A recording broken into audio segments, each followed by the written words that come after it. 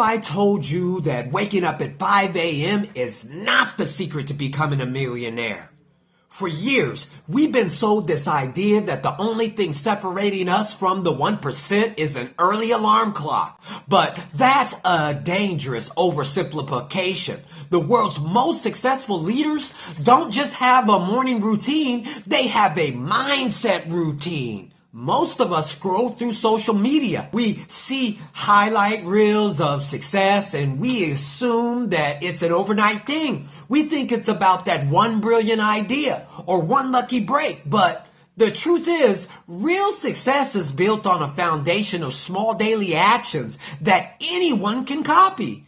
These habits are the invisible infrastructure behind their empires. Many of them have mastered 5 simple disciplines that build fortunes while everyone else is just staying busy. And today, I'm pulling back the curtains to show you exactly how to steal them. This isn't just about what they do. It's about how they think. So get ready to rewire your entire approach to success. Habit 1, they practice strategic idleness. Now, the first habit is the most counterintuitive one. While the world is obsessed with productivity, back-to-back meetings, and jam-packed calendars, CEOs actually take time to do absolutely nothing. They practice strategic idleness. And here's the problem. We have this deep-seated belief that being busy equals being productive. An empty slot in our calendar feels like a wasted opportunity, so we fill it. We answer one more email. We take one more call and we start one more task. We convince ourselves that all this motion is progress. Here's the reality.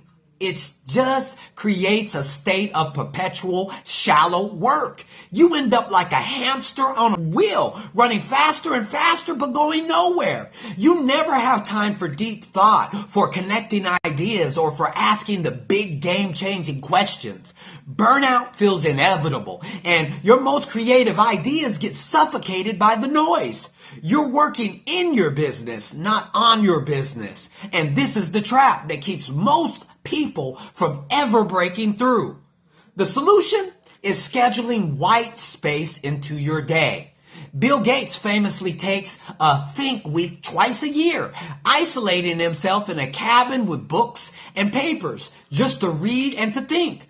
During one of these weeks in 1995, he wrote his famous internet tidal wave memo, which completely pivoted Microsoft's strategy and led to the Internet Explorer. Now, you don't need to rent a cabin for a week to make this work. The principle is the same. Creativity isn't a lightning strike. It's what happens when you have space and time to let your mind wander and connect the dots. This is where the billion-dollar ideas are born. Not in those 30-minute Zoom calls, but in the silence that follows. So, your actionable step is to look at your calendar for next week and schedule 2 30-minute thinking blocks. No phone calls, no emails, no podcasts. Just you, a notebook, and a big question. Maybe it's, what's the one thing that I'm avoiding that could change everything? Or, if I was starting over from scratch today, what would I do different? Protect that time like it's your most important meeting of the week, because it is. Habit 2, they make a decision with 70% of the information. The second habit is mastering the art of decisive action, even when you don't have all the answers. While most people wait for certainty, successful leaders, they move with speed. The problem for most of us is analysis paralysis. We believe that to make the right decision, we need 100% of the facts. We need every variable accounted for, every risk assessed, and every spreadsheet triple checked. We wait for the total confidence before we pull the trigger.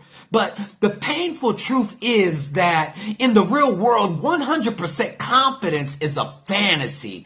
While you're busy researching and making another pros and cons list, the window of opportunity is slamming shut. Being slow is often more costly than being wrong. Your competitor was willing to move with less information and has already launched and learned from their mistakes and is on version 2 while you're still perfecting version 1. Waiting for the perfect information is just procrastination disguised as diligence. The solution is what Jeff Bezos calls the 70% rule. In a letter to his shareholders, Bezos explains that most decisions should be made with about 70% of the information you wish you had. He wrote, if you wait for the 90% in most cases, you're probably being slow. This isn't about being reckless. It's about knowing that speed is a critical advantage and that it's better to make a good decision quickly and course correct than to make the perfect decision too late. They see decisions not as final, but as something to learn from. They have a basis for action because action creates new data, which leads to better decisions down the line. So, your actionable step for the next 24 hours, adapt the 70% rule. Find one small decision you've been putting off because you feel you don't know enough. It could be a marketing tagline, a website feature, or even what software to use. Give yourself a 10-minute timer and review what you know right now, and then just make the call. The goal isn't to be right, the goal is to be in motion because action creates clarity. Third habit, they practice intentional rejection. This third habit is one of the most powerful, and it flies in the face of modern hustle culture. Top CEOs aren't masters of time management. They're masters of priority management, and they do it through intentional rejection. The problem is what I call opportunity FOMO, the fear of missing out. We're taught to say yes to every coffee meeting, to every new project, to every potential collaboration. We think that more activity will lead to more success, so we spread ourselves thin, hoping one of the many plates that we're spinning will take off. But when you say yes to everything, you're implicitly saying no to the one thing that could truly move the needle. Your focus isn't a laser, it's a floodlight, weakly illuminating a dozen things, but having no real power over any one of them. You become busy, but not effective. Your days are full, but not fulfilling. You're making an inch of progress in a dozen directions instead of a mile of progress in one. The solution is to adapt the mindset of Warren Buffett. He famously said the difference between successful people and really successful people is that really successful people say no to almost everything. Think about that. Don't just say no to bad ideas. They say no to good ideas to save their energy for the truly great ones. They are ruthless about protecting their focus because they know that it's their most valuable asset. So, your actionable step for this week, before you say yes to any new request, pause and ask yourself, on a scale of 1 to 10, how much does this align with my most important goal? If it's not a 9 or a 10, the answer is a respectful no. This is how you stop trading great opportunities for the ones that are just good enough. You only have so much time and energy. Stop giving it away to things that truly don't matter. Number 5, they cultivate a learn-it-all mindset. The fifth and final habit is the one that ensures that you stay relevant in a fast-changing world. Millionaire CEOs actively fight becoming a know-it-all and instead cultivate a learn-it-all mindset. The problem is, as people become successful, it's easy to start believing your own hype. You become the expert, the person with all the answers, and your ego gets tied to knowing. And not having an answer starts to feel like a weakness. This is the know-it-all trap.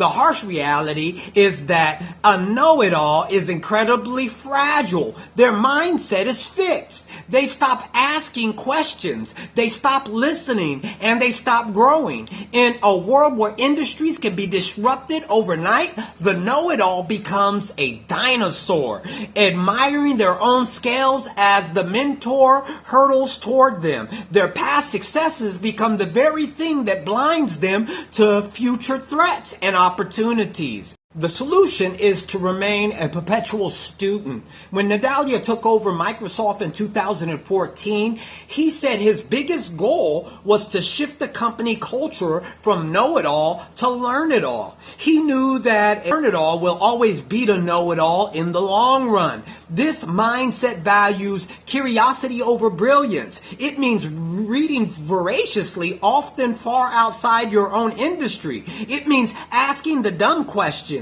It means surrounding yourself with people who challenge you. They aren't afraid to say, I don't know, because they see it as a starting point for a new discovery.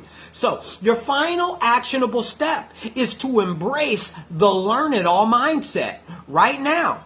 Pick one area you consider yourself an expert. Find one incredible person or article that holds a completely opposite view.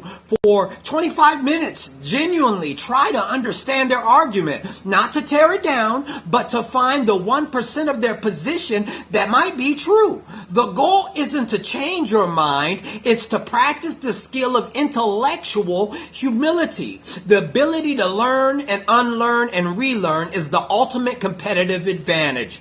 Remember to subscribe and to like. And that's the playbook. 5 habits that the true foundations of success are built upon. It's not about flashy tactics. It's about disciplined mindset. Let's recap though. First step is strategic idleness. Create space to think. Don't just be busy. Our second habit is decisive action. Move with 70% of the information, not 100%. It's better to be first to move than to have the perfect plan but be way too late. Third is intentional rejection. Say no to the good so that you have room to say yes to the great. And fourth, the daily shutdown. End your day with intention to win on the next one. Take some time to shut everything down so you can enjoy the rest of your day and get some rest. And number 5, the learn-it-all mindset. Choose curiosity over being the expert. The gap between where you are and where you want to be isn't a giant leap. It's the compound interest from these small daily disciplines. You don't have to be a CEO to start thinking like one. You just have to start.